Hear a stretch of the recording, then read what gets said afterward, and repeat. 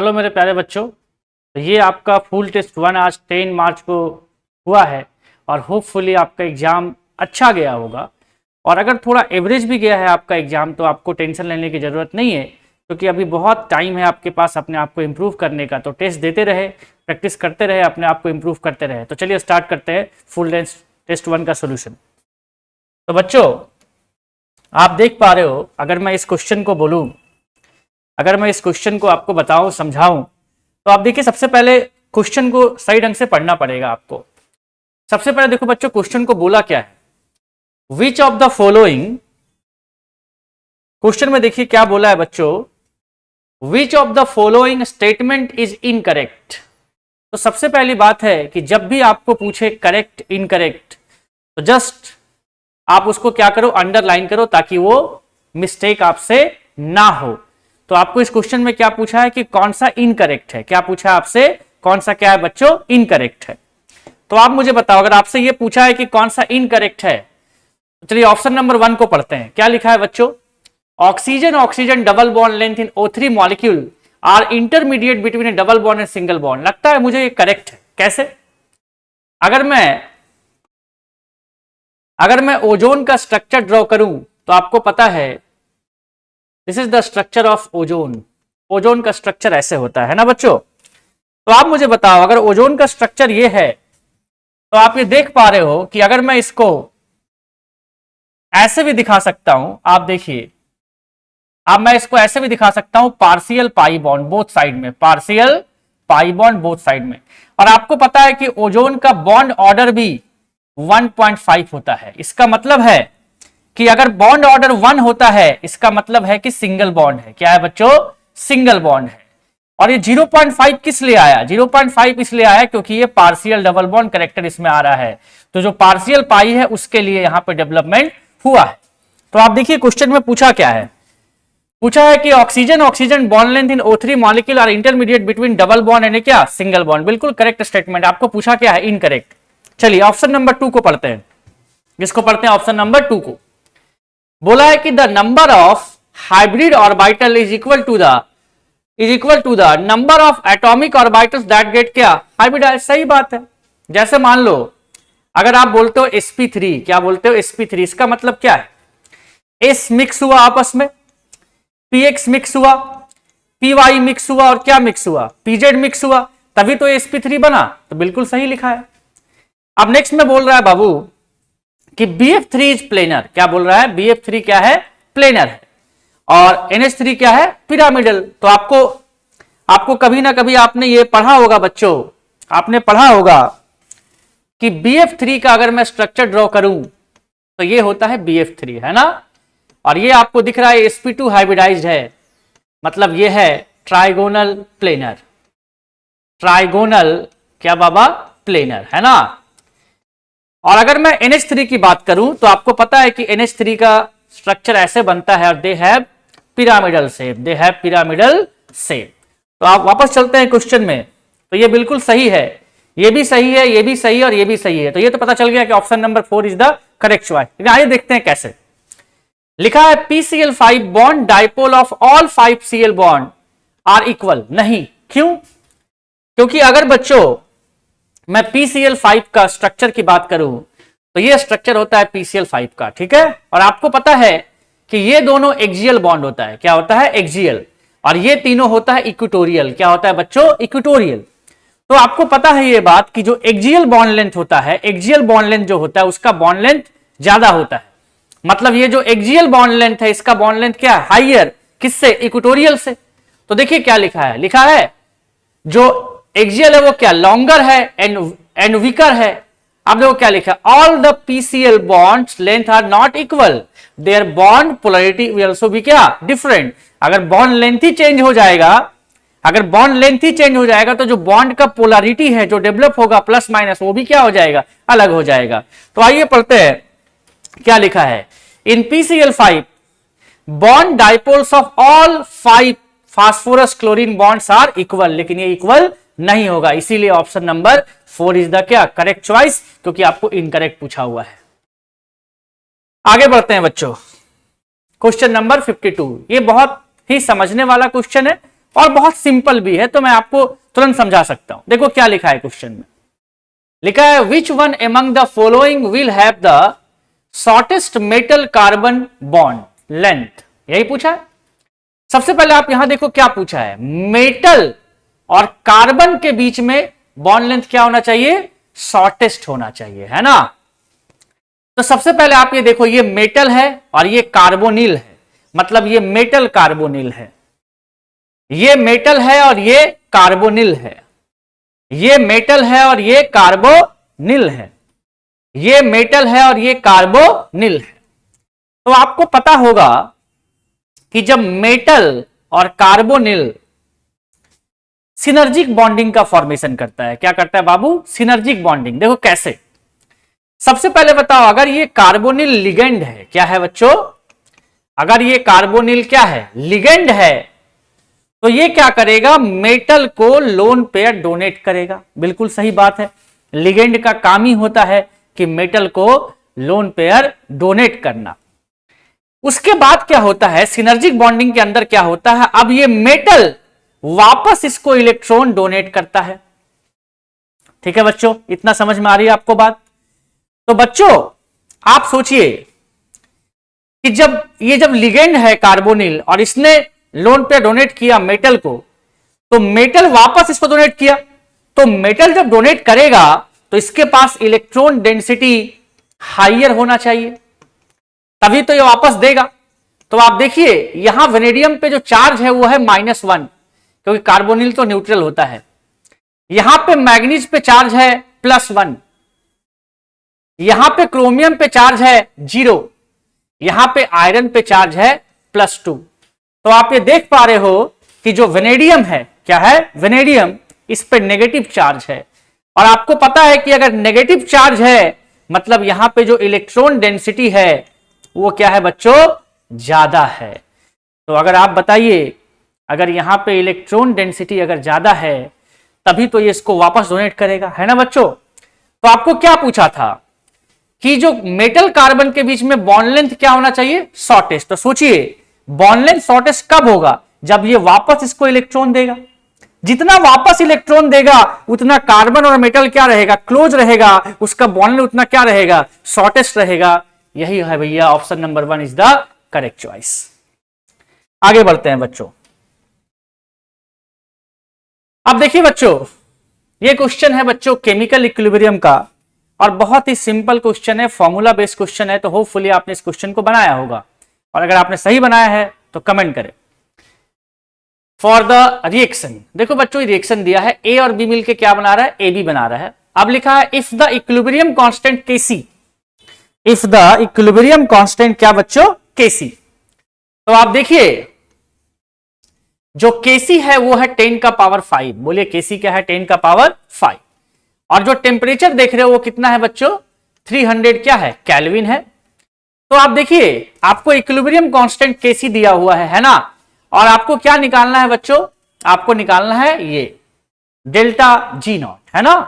तो आपने कभी ना कभी ये फॉर्मूला देखा होगा बच्चों, आपने कभी ना कभी ये फॉर्मूला देखा होगा, delta G equal to delta G naught plus 2.303 RT log Q। और ये जो Q होता है ये होता है रिएक्शन कोसिएंट। Q क्या होता है बच्चों, रिएक्शन क्या कोसिएंट होता है। तो आपको पता है ये बात कि at equilibrium Q equal to K होता है, K को मैंने KC लिख दिया, और एट इक्विलिब्रियम पे डेल्टा जी भी 0 होता है। तो बच्चों अगर मैं डेल्टा जी को 0 कर दूं और अगर मैं Q के जगह में KC लिख दूं, तो आप देखिए ये जो फॉर्मूला है वो ऐसे ट्रांसफॉर्म हो जाएगा, है ना बच्चों। बिल्कुल सही बात है। आप देखिए आपको R का वैल्यू पता है, जूल में पुट करना पड़ेगा, 8.314 है ना, और T आपको दिया हुआ 300 और KC दिया है 10⁵। तो जब आप इसको मल्टीप्लाई करोगे तो ये आपका होगा -28.72 किलो जूल पर मोल। तो देखते हैं कौन सा ऑप्शन है, ऑप्शन नंबर 2 इज द क्या बच्चों, करेक्ट चॉइस। नेक्स्ट क्वेश्चन में, ये बहुत सिंपल सा क्वेश्चन है और ये क्वेश्चन है रेडॉक्स रिएक्शन का। तो आइए देखिए क्वेश्चन को। लिखा है विच one of the following arrangement represent an increasing order of oxidation number of the central atom. Oxidation number of the क्या, सेंट्रल एटम। तो आप देखिए बच्चों, आपको पता है ये मैग्नीज का चार्ज कितना है बच्चों, +7। यहां क्रोमियम का चार्ज कितना है बच्चों, +6। यहां पे Cl का चार्ज कितना है बच्चों, +5। कार्बन का चार्ज कितना है, +4। तो आप देखिए +4 +5 +6 +7 मतलब इंक्रीजिंग ऑर्डर में है ना बच्चों। डिक्रीजिंग नहीं पूछा है, क्या पूछा है, इंक्रीजिंग मतलब लो टू हाई। लो टू क्या बच्चों, हाई। तो देखिए वही लिखा हुआ है ना बच्चों। तो आप देख पा रहे हो ऑप्शन नंबर 1 इज द क्या भैया, करेक्ट चॉइस। अब देखिए ये क्वेश्चन है कोऑर्डिनेशन कंपाउंड का और ये एसर्शन रीजन बेस्ड है। तो आइए अच्छे से इसको देखते हैं और समझने का ट्राई करते हैं। देखो बच्चों, लिखा है K4FeCN6 इज क्या, डायामैग्नेटिक कंपाउंड। तो सबसे पहले हम क्या करता है, बच्चों K4, सबसे पहले हम क्या करता है, K4FeCN6 को हम क्या करता है, डिसोसिएट करता है। तो अगर मैं इसको डिसोसिएट करूं, क्या करूं बच्चों, इसको अगर मैं डिसोसिएट करूं तो ऐसे होगा 4K प्लस FeCN6 4 माइनस। तो यहां पे आयरन का चार्ज है +2। कितना चार्ज है आयरन का यहां पे, +2। तो अगर मैं VBT अप्लाई करूं, तो आप देखिए सबसे पहले मैं आयरन का कॉन्फ़िगरेशन लिखूंगा। तो ये होगा आर्गन 4s2 3d6। तो यहां पे तो आयरन 2+ है, तो ये होगा 4s0 3d6। तो आप देखिए डी का कितना बॉक्सेस हमारे पास, 5 बॉक्सेस होता है डी का, है ना। और उसमें इलेक्ट्रॉन कितना है बच्चों, 6 है। 1 2 3 4 5 और क्या 6। अब आपको यह बात पता है कि यहां पे साइनाइड है और साइनाइड जो होता है वो स्ट्रॉन्ग फील्ड लिगेंड होता है। क्या होता है, स्ट्रॉन्ग फील्ड क्या, लिगेंड। मतलब ये पेयरिंग कराता है। क्या कराता है बच्चों, पेयरिंग कराता है। ठीक है, तो आप देखिए ये जो इलेक्ट्रॉन अनपेयर्ड है वो पेयर होगा, तो ये वाला यहां पेयर्ड होगा और ये वाला यहां पेयर्ड होगा। तो आफ्टर पेयरिंग ऐसा होगा। तो देखिए इसके पास एक भी अनपेयर्ड इलेक्ट्रॉन नहीं है, तो बिल्कुल सही बात है। अगर अनपेयर्ड नहीं है मतलब ये डायामैग्नेटिक है। तो देखिए ये हो गया एसर्शन। अब देखिए क्या इस एसर्शन को ये रीजन एक्सप्लेन कर रहा है या नहीं कर रहा, बताओ। ये डायामैग्नेटिक किस वजह से हुआ, इस वजह से हुआ क्योंकि Cn- क्या था, स्ट्रॉन्ग फील्ड लिगेंड था, उसने पेयरिंग कराया, है ना। तो आइए पढ़ते हैं रीजन को। क्या लिखा है, since Cn- is a strong field ligand it will cause pairing of electron in क्या, d ऑर्बिटल ऑफ Fe2+। बिल्कुल सही है, मतलब एसर्शन भी सही है, रीजन भी सही है और करेक्ट एक्सप्लेनेशन भी सही है।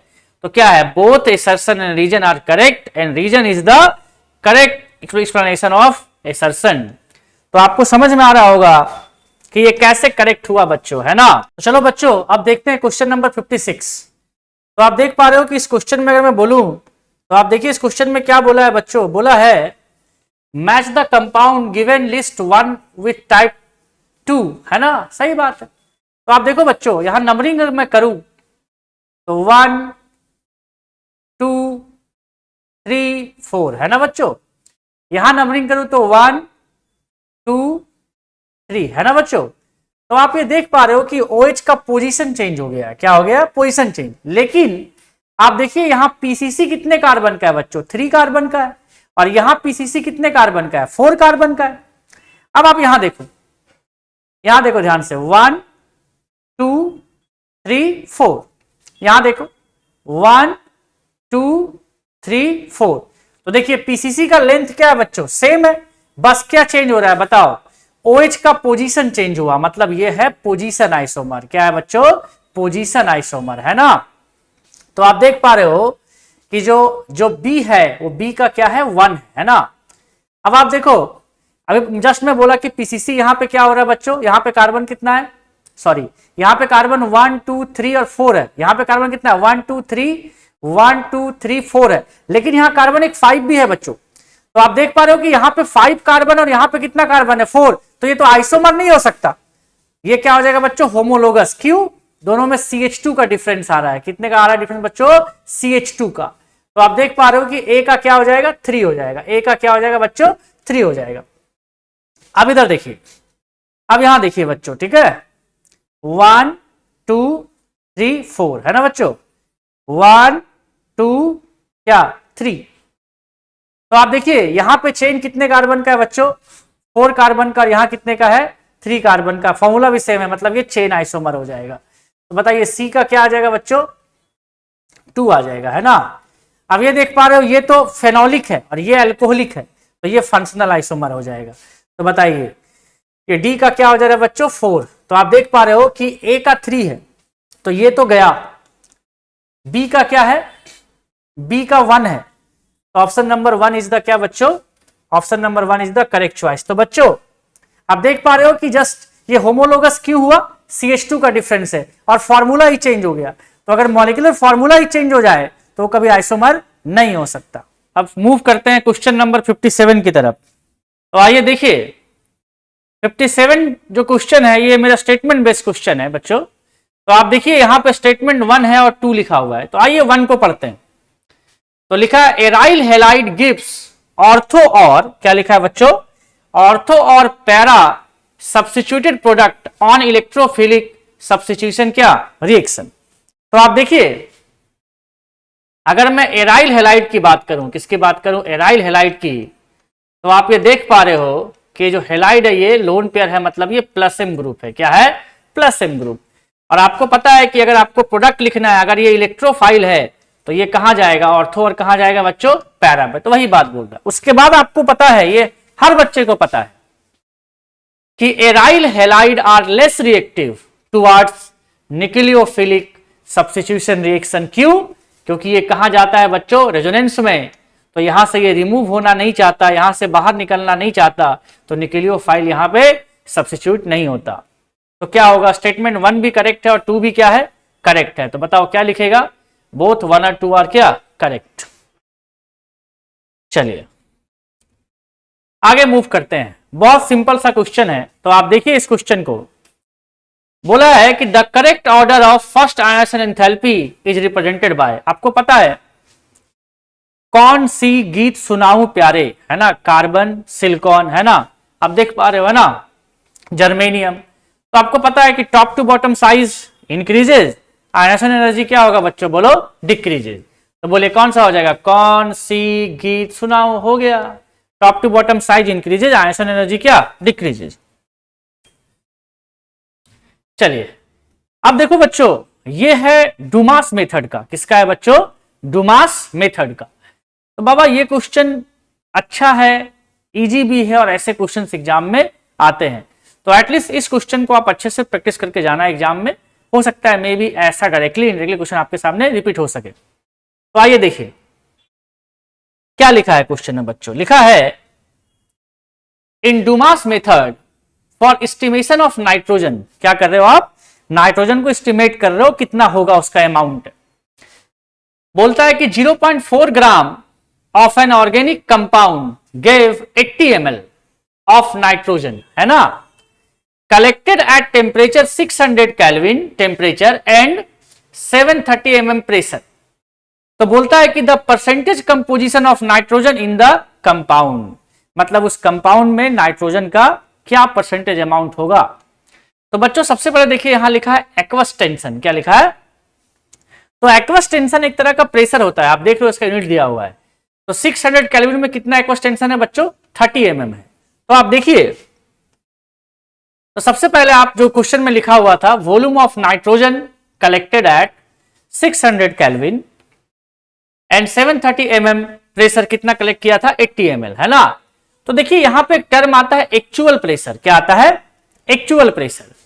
तो ये जो 730 था इसमें हम माइनस कर देगा एक्वस टेंशन को ताकि एक्चुअल प्रेशर मिल जाए। तो कितना मिल गया मेरे को 700 mm मिल गया। अब देखिए क्या लिखा है, लिखा है volume of nitrogen eight STP, मतलब एसटीपी कंडीशन में नाइट्रोजन का वॉल्यूम क्या है, ठीक है। तो आप देखिए ये टेम्परेचर हो गया 273, हो गया। एसटीपी पे कितना होता है टेम्परेचर, पता है आपको। और ये क्या हो गया, एक्चुअल प्रेशर हो गया। और ये वॉल्यूम कितना कनेक्ट किया था। अब देखिए इसको डिवाइड किससे कर रहे हैं, डिवाइड कर रहे हैं बच्चों, ये देखिए 600 क्या टेम्परेचर से, और ये 760 मतलब 1 एटीएम में कितना प्रेशर होता है। तो 1 एटीएम में आपको पता है 760 होता है एमएम, है ना बच्चों, एमएम बाई जी होता है, उससे हम डिवाइड कर रहे हैं, ठीक है। तो उससे डिवाइड करने के बाद बच्चों आप देखो मेरे को मिल गया 33.53, कितना मिल गया बच्चों, 33 पॉइंट क्या मिल गया मेरे को, 53 ml मिल गया। तो आपको पता है कि एसटीपी अगर 1 मोल बोलूं, 1 मोल एसटीपी कंडीशन पे कोई भी गैस कितना वॉल्यूम ऑक्यूपाई करता है, 22.4 लीटर। और एमएल में बोलूंगा तो कितना बोल दूंगा, 22400 ml of N2 at STP. तो कितना ग्राम आपने वेट लिया था, तो 28 होगा। क्यों, क्योंकि अगर मैं आपको पूछूं 1 मोल N2 का वेट कितना होगा, तो मोल 1 हो गया, वेट बाय मोलर मास कितना होगा इसका, 28 होगा। तो आप देखिए वेट कितना आ गया बच्चों, 28 ग्राम आ गया ना। तो इतना ml of N2 at STP weight कितना, 28 ग्राम। तो भैया मुझे तो इतना वॉल्यूम में निकालना है, मुझे तो 33.53 में निकालना है ना बच्चों। तो आप देखिए तो 1 ml में दिस, तो इतना ml में जब निकालोगे तो इतना आ गया। तो आपको परसेंटेज निकालना है तो मल्टीप्लाई बाय क्या करोगे, बोलो भैया 100 करोगे, है ना बच्चों। तो आप देखिए कितना आ जाएगा 10.5। तो देखता हूं कौन सा ऑप्शन करेक्ट है। Option number 1 is the correct choice. तो ऐसे क्वेश्चंस एनसीईआरटी में दिए हुए हैं ऑर्गेनिक केमिस्ट्री के अंदर क्लास 11 में, आप ऐसे क्वेश्चन को प्रैक्टिस करना। 2-4 एग्जांपल दिए हैं, बहुत इंपॉर्टेंट है आपके लिए। आइए देखिए, तो बच्चों आप देखो लिखा है कंसीडर द फॉलोइंग सीक्वेंस। तो सबसे पहले बात है ये तो फिडल-क्राफ्ट रिएक्शन है, क्या बच्चों, फिडल-क्राफ्ट रिएक्शन। तो यहां से तो जो ए बनेगा वो बन जाएगा बच्चों टोल्यूइन, क्या बन जाएगा, टोल्यूइन। अब ये आपको पता है कि ये जो CrO3 है सीधा आपको सी पूछा है ना, और जब आप H3O+ लेते हो तो ये है माइल्ड ऑक्सीडाइजिंग एजेंट, क्या है बच्चों, माइल्ड ऑक्सीडाइजिंग क्या एजेंट। तो सिंपली क्या करें, इसको ऑक्सीडाइज कर देगा बेंजाइलिक कार्बन को, और इसको कहां ले जाएगा बच्चों, CHO में कन्वर्ट कर देगा, मतलब ये क्या हो जाएगा, बेंजल डिहाइड। आइए बच्चों अब देखो क्या लिखा है, ध्यान से देखिएगा इस क्वेश्चन को, ध्यान से देखिएगा। लिखा है कि which one among the following reaction does not result in the formation of new carbon carbon bond, मतलब नया नया कार्बन कार्बन बॉन्ड बनना नहीं चाहिए। तो आपको पता है उर्ज रिएक्शन में 2 मोल कपलिंग होता है, यहां भी कार्बन कार्बन बनता है, एल्डोल में भी बनता है, कोलबेज में भी बनता है। लेकिन इटार्ड रिएक्शन तो क्या होता है, इटार्ड रिएक्शन जस्ट आपने पहले वाला क्वेश्चन देखा, इटार्ड रिएक्शन का मतलब है जस्ट बेंजाइलिक कार्बन जो है वो माइल्ड ऑक्सीडाइजिंग एजेंट अगर लोगे तो ऑक्सीडाइज हो जाएगा और कहां चला जाएगा बच्चों, CHO में। तो नया नया कार्बन का तो कोई फॉर्मेशन इसमें हुआ ही नहीं है। आइए, ये तो सिंपली मेमोरी बेस्ड क्वेश्चन है, याद रखना है कि transition metal present in the alloy क्या होता है प्रेजेंट बाबू, कॉपर होता है, क्या होता है, कॉपर होता है गन मेटल में, है ना। आइए अब देखिए इस क्वेश्चन को देखिए, ये क्वेश्चन को देखिए, ये भी अच्छा क्वेश्चन है, इजी भी है। विच one of the following compound is non planar. अब देखिए DsP2 आपने सुना होगा, इसको हम लोग बोलता है स्क्वायर प्लेनर, क्या बोलता है बाबू, इसको स्क्वायर क्या प्लेनर बोलता है। तो आपको ये देखना है, जैसे आपको पता है कि कोऑर्डिनेशन नंबर अगर 4 होता है तो आपके पास 2 सीक्वेंस आ सकता है, या तो DsP2 हो सकता है या तो sp3 हो सकता है। और sp3 में ज्योमेट्री जो होता है वो होता है टेट्राहेड्रल, क्या होता है बच्चों, टेट्राहेड्रल होता है, किसमें, sp3 के अंदर। sp3 में जो होता है वो क्या होता है बच्चों, टेट्राहेड्रल होता है। तो आपको देखना है कि इसमें क्या पूछा, कौन सा स्क्वायर, कौन सा नॉन प्लेनर है, मतलब आपको ये देखना है कौन सा sp3 है, कौन सा क्या है बच्चों। तो ये बहुत सिंपल क्वेश्चन है, ये DsP2 होता है, आपको पता होना चाहिए, ये DsP2 है। तो आप जब आप VBT अप्लाई करोगे, क्या अप्लाई करोगे बच्चों, VBT, तो आप वहां से देखोगे कि ये जो NiCO4 है ये sp3 है, ये क्या है बच्चों, sp3। sp3 का मतलब ये क्या हो गया बच्चों, ये हो गया टेट्रा हेड्रल। क्या हो गया बच्चों? टेट्रा क्या? हेड्रल। आइए देखिए, अब इधर देखिए, लिखा है कंसीडर द फॉलोइंग कंपाउंड्स। क्या लिखा है? कंसीडर द फॉलोइंग क्या? कंपाउंड्स। तो आप इधर देखिए, ये सी डबल बॉन्ड ओ है। क्या है बच्चों? सी डबल बॉन्ड ओ है ना? तो आप ये देख पा रहे हो कि ये है अल्फा कार्बन और ये भी है अल्फा कार्बन। तो आपको पूछा क्या है? The compound which show keto enol tautomerism, मतलब इसमें से कौन सा कंपाउंड है जो क्या शो कर सकता है? टॉटोमेरिज्म शो कर सकता है। तो आइए देखिए, आपको पता है कि वही कार्बोनिल कंपाउंड टॉटोमेरिज्म शो करता है जिसके पास H होता है। जिसके पास क्या होता है भैया? H होता है। तो आप देखिए, यहां पे भी अल्फा H है, यहां भी, मतलब ये शो करेगा, है ना? ये देखिए सी डबल बॉन्ड O है, इसके पास अल्फा H है, यहां पे नहीं है लेकिन यहां पे तो है, ये भी शो करेगा। और बाबा अगर मैं आपको बोलूं इनॉल फॉर्म, क्या बोलूं? तो इनॉल फॉर्म का मतलब होता है C double bond C single bond OH, इसको इनॉल बोलते हैं। और अगर इनॉल फॉर्म है तो वो बना किससे होगा? कीटो फॉर्म से, मतलब वो क्या शो किया होगा? टॉटोमेरिज्म। तो आप देख पा रहे हो कि ये C double bond C single bond क्या है? OH, मतलब ये इनॉल है, मतलब ये भी शो करेगा। सी डबल बॉन्ड हो, यहां देखिए H है, मतलब चारों का चारों शो करेगा, मतलब option number 4 is the correct choice. अब देखिए क्या पूछा है बच्चों, पूछा है in which one of the following arrangement the given sequence strictly according to the properties indicated. बोलता है कि कौन सा सीक्वेंस सही है उसके प्रॉपर्टी के अकॉर्डिंग। तो सबसे पहले देखिए लिखा है फर्स्ट आयन एनर्जी, है ना बच्चों? तो आप बताइए, ये हो गया सोडियम, ये हो गया मैग्नीशियम और ये हो गया एल्युमिनियम। अब आपको पता है कि मैग्नीशियम का कॉन्फ़िगरेशन अगर लिखूं, अगर इसका इलेक्ट्रॉनिक लिखूं तो क्या लिखोगे configuration? 1s2 2s2 2p6 3s2। तो s का 1 बॉक्स 2 इलेक्ट्रॉन, मतलब ये फुल फील्ड है। क्या है बच्चों? फुल फील्ड है। तो इसका आयन एनर्जी इससे भी ज्यादा होगा और इससे भी ज्यादा होगा, लेकिन यहां तो रॉन्ग लिख दिया है फिर, है ना? अब आयनिक साइज, आयनिक साइज आपको पता है कि देखो बच्चों, यहां देखो, sulphur 2 minus, Cl minus, potassium plus और ये हो गया कैल्शियम 2 प्लस।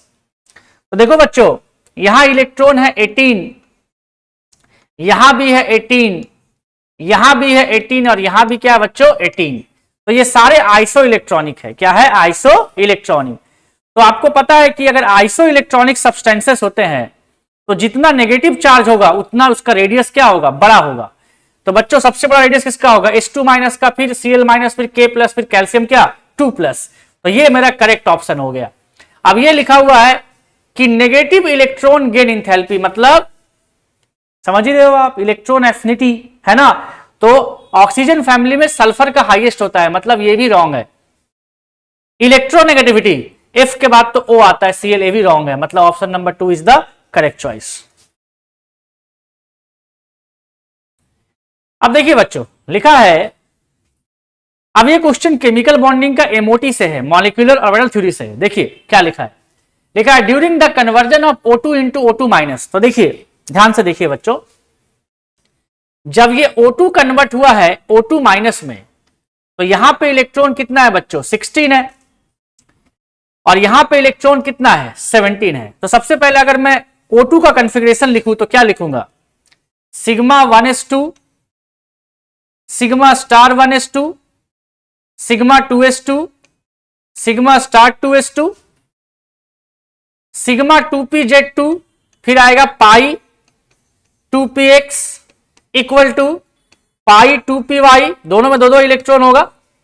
फिर आएगा pi star 2px equal to pi star 2py, 1 यहां पे 1 वहां पे। तो बताइए 16 में ये है, तो जब 17 इलेक्ट्रॉन हुआ होगा, एक इलेक्ट्रॉन बड़ा होगा तो यहां पे 2 हो गया होगा, मतलब एक्स्ट्रा इलेक्ट्रॉन कहां ऐड हुआ? पाई स्टार में, मतलब option number 1 is the correct choice.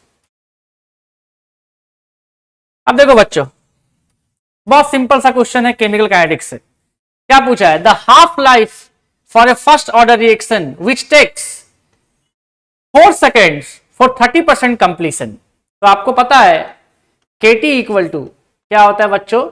2.330 log C not by CT। तो K टी कितना है 4 सेकेंड, इक्वल टू क्या हो जाएगा 2.303 लॉग। अब बच्चों सी नॉट कितना हो जाएगा, मान लो आप मान लिया 100, तो 30% कंप्लीट, तो बचा कितना बच्चों 70% बचा।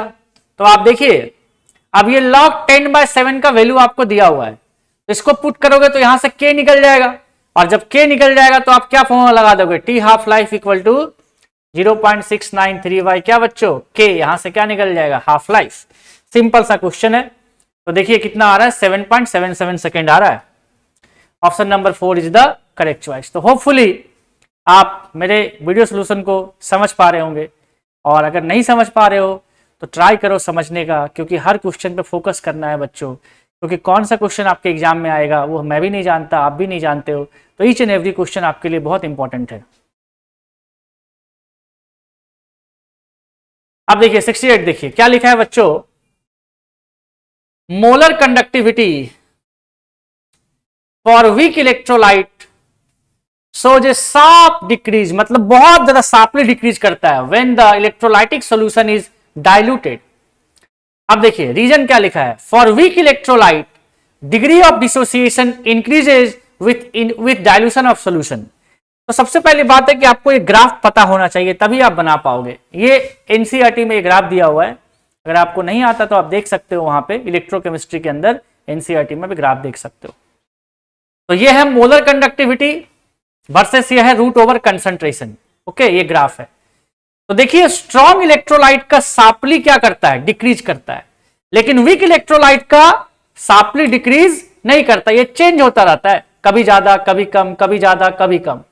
तो सबसे पहले देखिए आपने क्या लिखा क्वेश्चन में, क्वेश्चन में लिखा कि वीक इलेक्ट्रोलाइट का शार्पली डिक्रीज करता है, जो रॉन्ग हो गया है ना। और ये देखो ये लिखा है कि degree of dissociation increases with, सही बात है।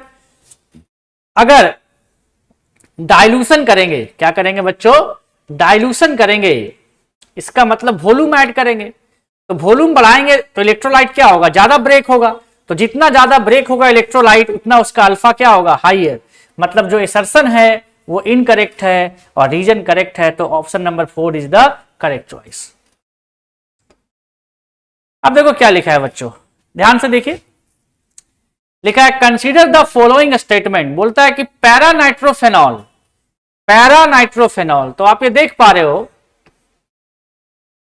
ये है फेनॉल और पैरा पोजीशन पे क्या लगा है, नाइट्रो ग्रुप लगा है, is more acidic then phenol.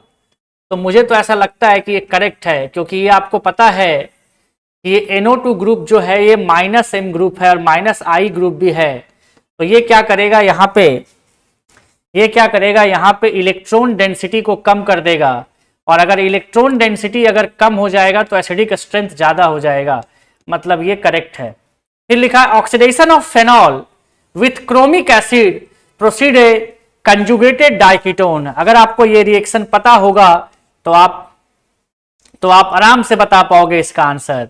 ये एनसीईआरटी में लिखा हुआ है H2CrO4 है ना बाबू, क्रोमिक एसिड, तो ये बनता है कंजुगेटेड, ये बनता है कंजुगेटेड डाइकीटोन।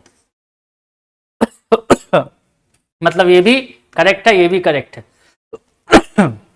लिखा है in Kolbe reaction phenol form orthohydroxy, orthohydroxy benzaldehyde. क्या लिखा है बच्चों, ऑर्थोहाइड्रोक्सी बेंजल डिहाइड। तो आप देख पा रहे हो, ये देखिए, ये देखिए आप देखो क्या लिखा है, in Kolbe reaction phenol form salicylic acid. क्या बनाता है बाबू, ये सैलिसाइलिक एसिड बनाता है, दिस वन, ठीक है। और यहां पे जो आपको क्वेश्चन में बोल रहा है वो बोल रहा है क्या, ऑर्थोहाइड्रोक्सी क्या बेंजल डिहाइड, मतलब ये सैलिसल डिहाइड बोल रहा है, मतलब ऑप्शन ए और बी क्या करेक्ट है। तो ऐसा कोई ऑप्शन है क्या, yes, option number 1 is the correct choice. अब देखिए मैच द कॉलम है, क्या है बच्चों, मैच द कॉलम क्वेश्चन है। देखिए क्या लिखा है, match the reaction given in column 1 with the statement given in the column 2। अब आपको पता है कि एमनोलाइसिस का मतलब होता है reaction of alkyl halide with क्या, एमोनिया। अब आपको पता है गैब्रियल थैलामाइड रिएक्शन में हम लोग 1 डिग्री एलिफेटिक एमाइन का फॉर्मेशन करते हैं, है ना। अब हॉफमैन ब्रोमाइड रिएक्शन में क्या होता है कि 1 कार्बन कम हो जाता है, तो लिखा है preparation of amine which 1 carbon atom less than that present, सही बात बोल रहा है ये। अब कार्बाइल एमाइन किसके लिए होता है? टेस्ट ऑफ क्या होता है बाबू? Detection of test of primary amine. तो इसको मैच करोगे, जब इसको मैच करोगे बच्चों तो ऑप्शन नंबर 3 आएगा आपके पास। नेक्स्ट क्वेश्चन आइए देखिए। तो होपफुली ये वीडियो सोल्यूशन आपको थोड़ा थोड़ा हेल्प कर रहा होगा, आपके प्रिपरेशन को बूस्ट कर रहा होगा।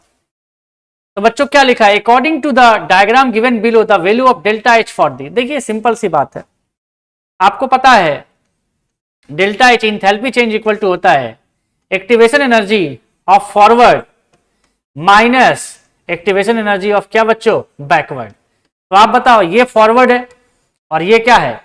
बैकवर्ड है। तो फॉरवर्ड कितना है? 40, और बैकवर्ड कितना दिख रहा है आपको? कितना दिख रहा है बच्चों बताओ? 120 में माइनस करो 40 तो कितना हो जाएगा? 80। तो आप देखिए ये हो गया 40 और ये हो गया 80, मतलब अपना आंसर कितना आएगा? -40। कितना आएगा बच्चों? माइनस क्या? 40।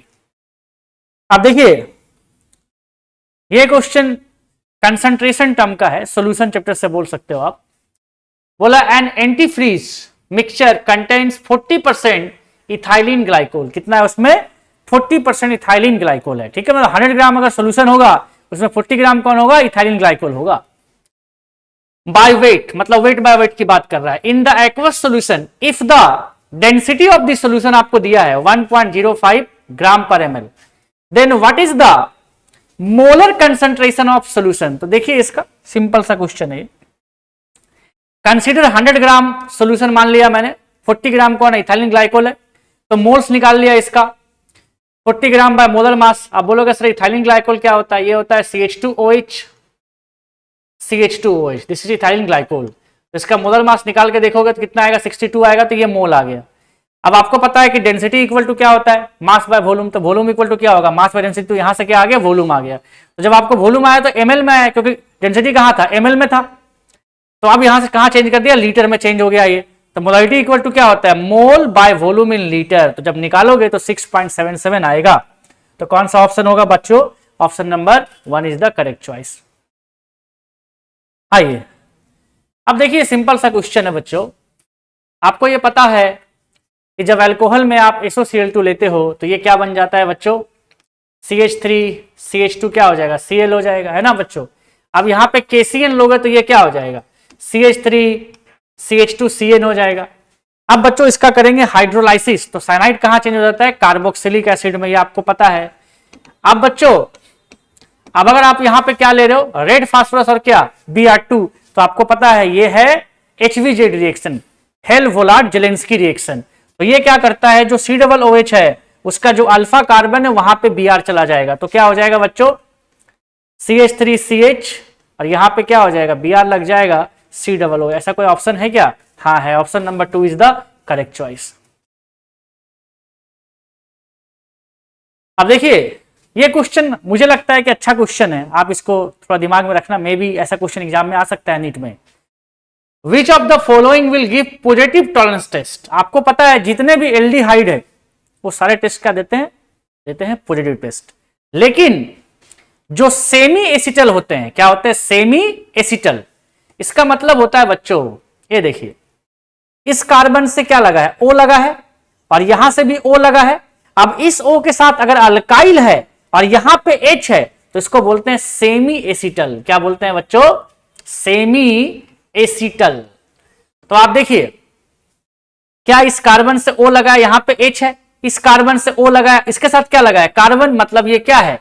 Semi acetal. तो बच्चों जितने भी एल्डिहाइड है और जितने भी सेमी एसिटल है दे ऑल गिव क्या? टेस्ट पॉजिटिव विथ क्या? टॉलरेंस। तो ये एल्डिहाइड है, ये भी सेमी एसिटल है, ये भी सेमी एसिटल। तो क्या होगा? All of this is the correct choice. अब ये तो पूरा स्ट्रक्चर बेस्ड क्वेश्चन है, तो बहुत सिंपल सा क्वेश्चन है, बहुत सिंपल सा। ये सबका स्ट्रक्चर हो गया। आपको ये पूछा है कि इसमें कितना POH बॉन्ड है, तो इसमें कितना POH बॉन्ड है? 3 है। इसमें POH कितना है? 2 है। इसमें POH 1 है। इसमें POH कितना है? 4 है। मैच कर लीजिए। ये भी एकदम मेमोरी बेस्ड क्वेश्चन है और अच्छा क्वेश्चन है। एटॉमिक स्ट्रक्चर में ये दिया होता है। Correct decreasing order of wavelength for the electromagnetic radiation. तो ये ऑर्डर आप याद रखना बच्चों। सबसे हाईएस्ट होता है रेडियो वेव का, फिर होता है माइक्रोवेव का, फिर होता है इंफ्रारेड का, फिर होता है विजिबल, फिर यूवी, फिर एक्सरे, फिर गामा रेज। तो आपके पास क्या ऑप्शन दिया है, आपको क्या पूछा है, डिक्रीजिंग पूछा है, तो सही बात है, IR विजिबल और क्या हो जाएगा, यूवी हो जाएगा। देखिए ये होगा डिक्रीजिंग में। आगे बढ़ते हैं बच्चों। तो बच्चों ये भी सिंपल सा क्वेश्चन है ऑर्गेनिक का, और ये थोड़ा सा मेमोरी बेस्ड है, आपको याद रखना चाहिए ये क्वेश्चन। जब ये अल्कोहल बताओ कितने डिग्री का है बच्चों, 3 डिग्री का अल्कोहल है। तो 3 डिग्री का जब अल्कोहल लेते हो बच्चों, और साथ में क्या लेते हो, कॉपर, और हीट करते हो, तो आप देखिए तो ये बनता है एसीटोन। क्या बनता है, एसीटोन, याद रखिएगा। और जब इथेन लेते हो और ये लेते हो मैग्नीज एसीटेट, तो ये आपको देता है एसिटिक एसिड, ये भी याद रखने की बात है। और मीथेन, वाटर और निकल हीट करते हो तो CO और H2 देता है। इथेन और O2 लेते हो और तो ये हीट करते हो तो ये बनता है CO2 और क्या बच्चों, H2O। तो आप देखिए क्वेश्चन को देखिए, तो ये सारे क्वेश्चन मेमोरी बेस्ड है, तो आप इसको मैच कर सकते हो। हाँ बच्चों, अब देखिए ये बहुत सिंपल सा क्वेश्चन है, देखिए ध्यान से देखिए। बोला 1 molar aqueous solution of which of the following compound will have maximum freezing point. तो बच्चों फ्रीजिंग पॉइंट तो मैक्सिमम उसका होता है जहां पे नंबर ऑफ पार्टिकल्स कम होता है। तो यहां पे नंबर ऑफ पार्टिकल तो 4 होगा। ये कैसे डिकम्पोज होगा, CO H2O6 3 प्लस क्या 3Cl माइनस। ये कैसे होगा बताओ कैसे होगा डिसोसिएट। ये होगा CO H2O5 Cl 2 प्लस क्या 2Cl माइनस। ये कैसे होगा CO H2O4 Cl2 plus Cl minus. ये तो डिसोसिएट होगा नहीं, सबसे कम यहां एक पार्टिकल है, यहां कितना पार्टिकल है 2, यहां 3, यहां कितना 4। तो आपको क्या चाहिए, मिनिमम पार्टिकल, ताकि मैक्सिमम फ्रीजिंग पॉइंट हो सके। अब ये क्वेश्चन बच्चों केमिकल बॉन्ड से है और ये बहुत सेट के अकॉर्डिंग है। तो आपको पता है, होपफुली आपने कभी स्ट्रक्चर ड्रॉ किया होगा, तो PCl5 का अगर आप स्ट्रक्चर ड्रॉ करोगे बच्चों, अगर आप PCl5 का स्ट्रक्चर ड्रॉ करोगे तो सबको पता है ये स्ट्रक्चर बच्चों ये होता है ना। तो अगर मैं इसका हाइब्रिडाइजेशन निकालूं तो ये आएगा sp3d, मतलब होगा ये ट्राइगोनल बाई पिरामिडल। तो इसका कौन सा होगा बच्चों, 3 होगा। अब SO2 का अगर मैं देखूं तो SO2 का बेंड शेप होता है, क्या होता है बच्चों, बेंड शेप होता है। और अगर मैं SF6 की बात करूं, तो ये SF6 है, हाइब्रिडाइजेशन निकालूंगा तो sp3 क्या आएगा बच्चों, D2 आएगा, मतलब ऑक्टाहेड्रल होगा ये। और ये ClF3 की बात करूं, इसका बेंड शेप आता है, तो आप मैच कर लीजिए इसको। ऐसे क्वेश्चंस एग्जाम में आते हैं, तो होपफुली ऐसे क्वेश्चंस आप सही कर रहे होंगे। अब क्वेश्चन क्या पूछा है बच्चों, पूछा है the compound which is anti aromatic among the following. तो आपको पता है बहुत सिंपल सा क्वेश्चन है, ये होगा यहां पे होगा 4n इक्वल टू 4, n का वैल्यू क्या आएगा 2, एंटी एरोमेटिक। अब ये भी अच्छा क्वेश्चन है और ये याद रखने वाली क्वेश्चन है। Para chloro anilinium hydrochloride can be distinguish, कैसे करते हैं इसको, कार्बाइल एमाइन टेस्ट से करते हैं। अब आपको पता है पॉजिटिव कार्बाइल एमाइन टेस्ट, मतलब जो 1 डिग्री एमाइन है, ये 1 डिग्री है, ये 1 डिग्री है, ये 1 डिग्री है, लेकिन ये 2 डिग्री है। तो क्या पूछा है, नॉट गिव। तो कौन नहीं देगा बताओ, ऑप्शन 4। अब देखिए ये है लेंथेनाइट से, किससे बच्चों, लेंथेनाइट से, ठीक है बच्चों। तो आपको पता है एज लेंथेनाइट कंट्रैक्शन, जैसे जैसे एटॉमिक नंबर बढ़ता है वैसे वैसे रेडियस घटेगा। तो रेडियस घटेगा, तो सोचिए ये है मेटल और ये है OH। तो मेटल से OH जितना दूर रहेगा उतना उसका निकलने का चांसेस ज्यादा होगा, जल्दी क्या प्रोड्यूस करेगा, OH माइनस, उतना अच्छा बेस होगा। तो सबसे बड़ा साइज किसका होता है, लेंथेनम का सबसे अच्छा बेस ये होगा।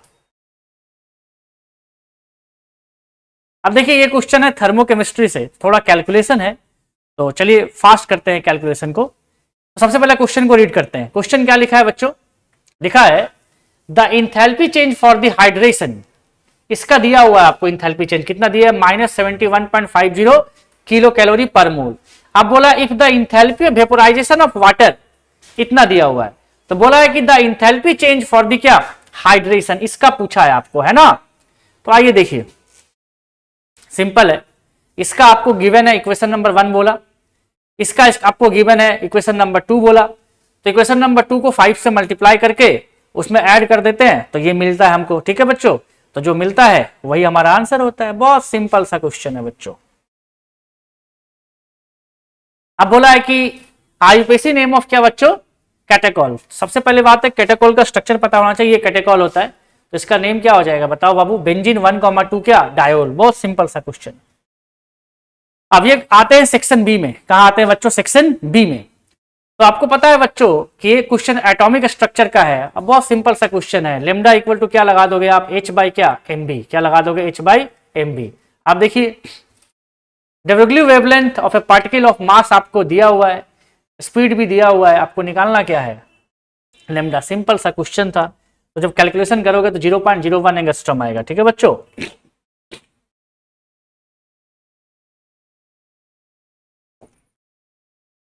अब ये देखो बच्चों, ये क्वेश्चन है मोल कॉन्सेप्ट का। सिंपल सा क्वेश्चन है।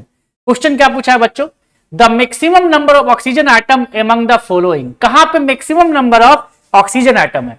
तो आपको ये तो पता होना चाहिए कि ग्राम मॉलिक्यूल का मतलब मोल होता है, ग्राम मॉलिक्यूल का मतलब मोल होता है।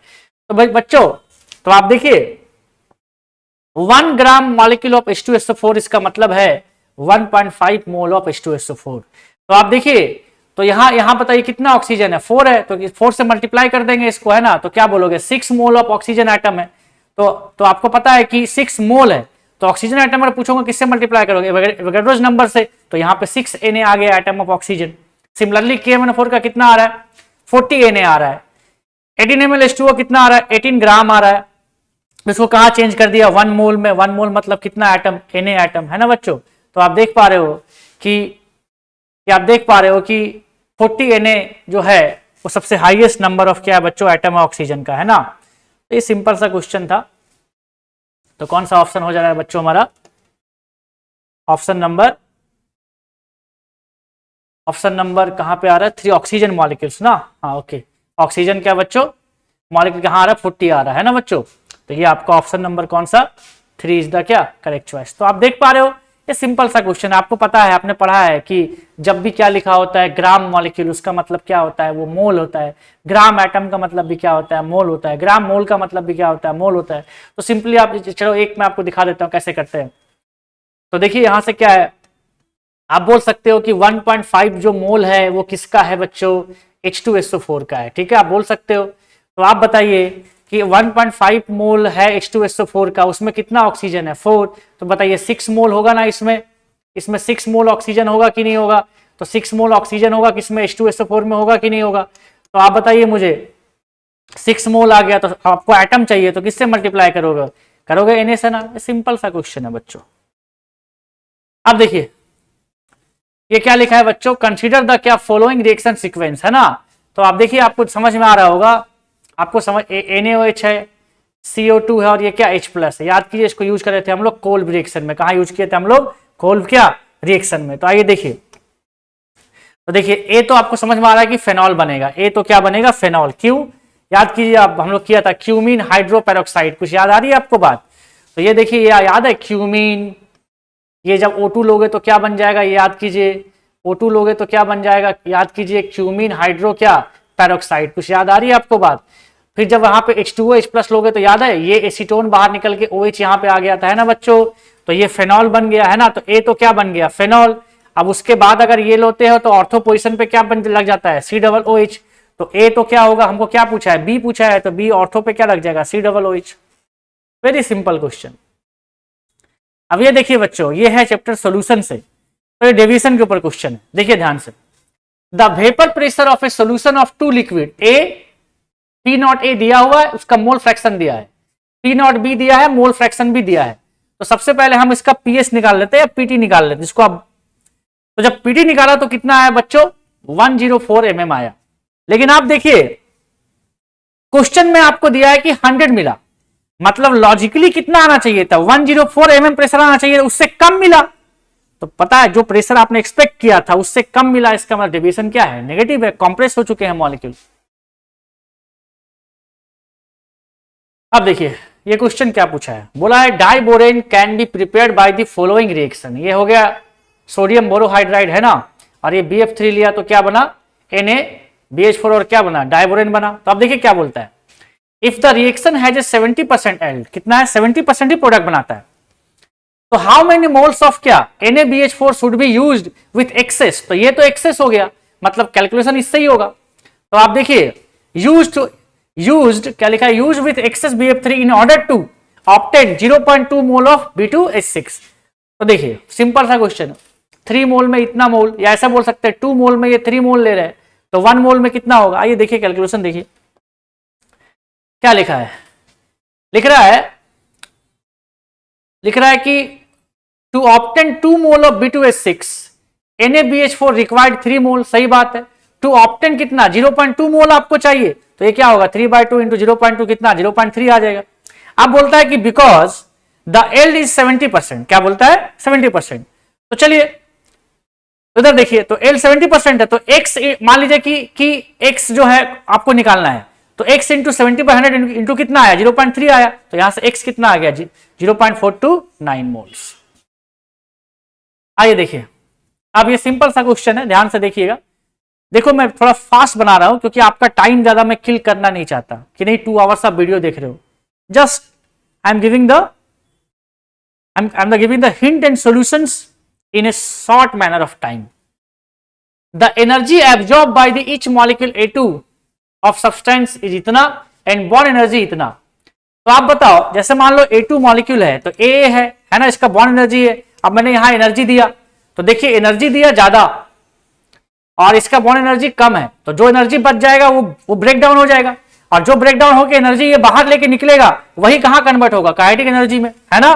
तो आप देखिए ध्यान से, सिंपल सा क्वेश्चन। तो energy absorb minus bond energy equal to kinetic energy of the molecule, तो माइनस किया तो काइनेटिक एनर्जी कितना आ गया मेरे को 0.4 इंटू 10 का पावर माइनस 19, मतलब 4 इंटू 10 का पावर माइनस 20। तो ये काइनेटिक एनर्जी ऑफ मॉलिक्यूल आया।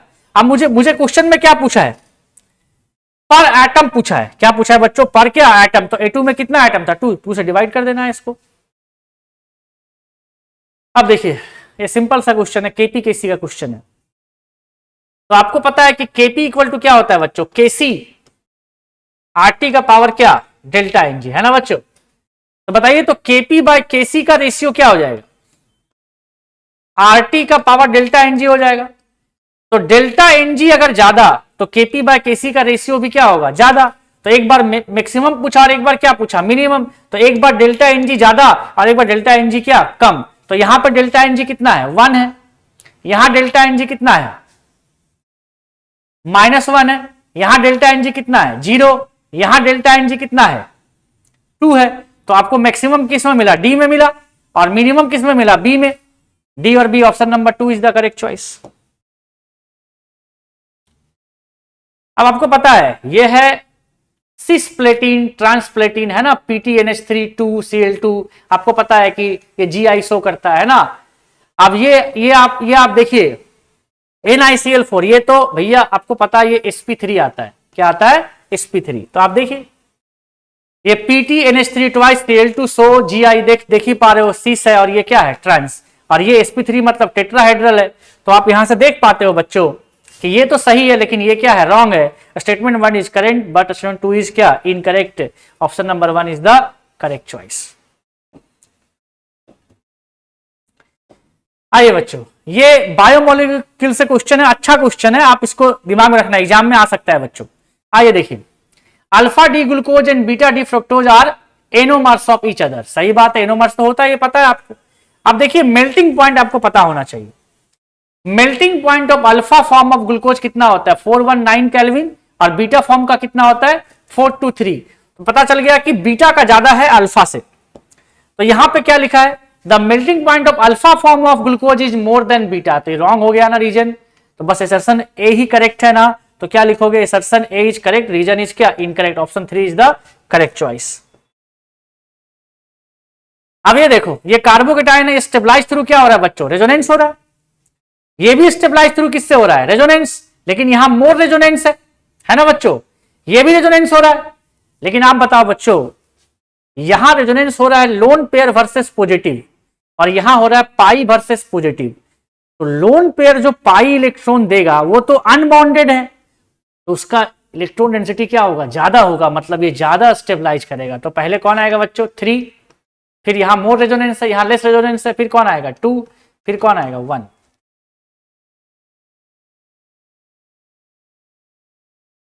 ये देखिए बच्चों, ये सिंपल सा क्वेश्चन है, आपको पता है। बोलता है in which of the following reaction aniline is formed, क्या फॉर्म करना है आपको, एनिलीन। तो ये देख पा रहे हो कि ये क्या हॉफमैन ब्रोमाइड रिएक्शन, ये हट जाएगा ना, तो ये क्या बन जाएगा, पीएच का मतलब बेंजीन है ना, तो आप देख पा रहे हो क्या बन जाएगा बच्चों, एनिलीन का फॉर्मेशन करेगा।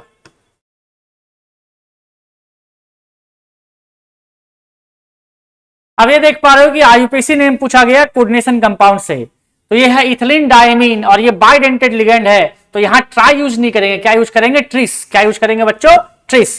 तो आप देख पा रहे हो उसका नेम क्या हो जाएगा, ट्रिस इथेन 1,2 डायमाइन, क्या बच्चों, निकेल। और ओएस निकालो कितना आ रहा है इसका, ओएस कितना आ रहा है +2, तो रोमन में क्या लिखेंगे 2 क्लोराइड, क्लोराइडो नहीं, सिंपली क्लोराइड, क्योंकि ये लिगेंड नहीं है, ये कोऑर्डिनेशन स्फीयर के बाहर है। अबे देखो क्या लिखा है, 2 mole of an ideal gas expand isothermally and reversibly double its volume. तो ये सिंपली एंट्रोपी चेंज निकालना है, एकदम फॉर्मूला बेस्ड क्वेश्चन। ये फॉर्मूला है, फाइनल वॉल्यूम आपको दिया है 2V हो गया है, इनिशियली V है, तो यहां से क्या आंसर आ रहा है 11.5 जूल पर केल्विन। अब ये देखो बच्चों, during electrolysis of aqueous solution of A salt, pH in the space near one of the electrode is क्या, इंक्रीज, पीएच बढ़ रहा है। तो भैया पीएच कब बढ़ेगा, जब केसीएल का हम लोग करेंगे, तब ये क्या बनेगा, केओएच बनेगा, स्ट्रॉन्ग बेस बनेगा, तो पीएच क्या हो जाएगा, इंक्रीज कर जाएगा। अब ये देखो बच्चों, इस क्वेश्चन को देखो, एंजॉय करो क्वेश्चन को। Equal moles of helium H2 CO2 and SO3 gases are expand adiabatically. बताइए कैसे एक्सपैंड कर रहा है, एडियाबेटिकली एक्सपैंड कर रहा है। बोलता है reversibly from the same initial stage to the same final volume. Initial से कहां जा रहा है, सेम में जा रहा है। The magnitude of work is maximum, assume ideal behaviour of gases and all the degree of freedoms are क्या एक्टिव। मतलब डिग्री ऑफ फ्रीडम का मतलब होता है कितना उसका मोशन कितने डायरेक्शन में हो सकता है। तो आप देखिए, as the number of atoms increases, बिल्कुल सही बात है, गामा इंक्रीजेस। तो भैया वर्क डन होता है इनवर्सली प्रोपोर्शनल टू गामा, जितना गामा ज्यादा उतना वर्क डन कम। तो आपको क्या पूछा, less gamma implies more work done, सही बात है। तो आप मुझे बताओ, less gamma implies more work done, तो SO3 हैज द क्या, मैक्सिमम वर्क डन। क्यों, क्योंकि उसका गामा क्या है, मिनिमम है।